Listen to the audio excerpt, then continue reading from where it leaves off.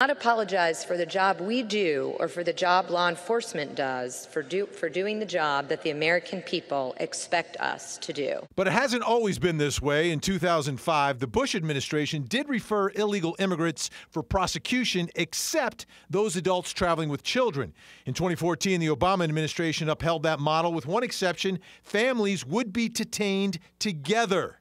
Families claiming asylum were housed for months while their cases were reviewed, but a federal court eventually put a stop to that type of long-term detention, and families were released as their cases moved through the court. Critics call that catch and release. Now, the Trump administration is stepping things up by getting rid of certain eligibility requirements for asylum seekers like domestic and gang violence, and by implementing a zero-tolerance approach to illegal immigration. We cannot and will not encourage people to bring their children or other children to the country unlawfully by giving them immunity in the process. This means families are separated when parents are locked up in criminal custody awaiting prosecution.